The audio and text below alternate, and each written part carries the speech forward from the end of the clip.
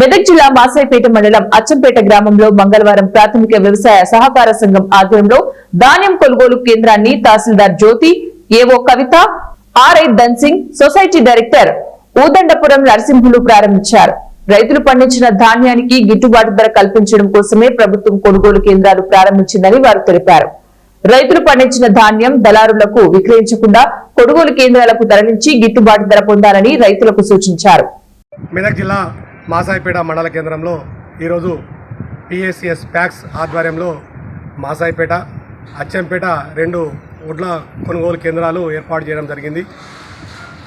రైతులకు ముఖ్యంగా చెప్పేది ఏమంటే, దళారులను నమ్మకుండా ప్రభుత్వం ఏదైతే కొనుగోలు కేంద్రాలు పెడుతుందో ఐకేపీ కానీ ప్యాక్స్ కానీ ఆ కొనుగోలు కేంద్రాలనే వడ్లు అమ్ముకోవాలని రైతులకు విజ్ఞప్తి చేస్తూ ఉన్నాం.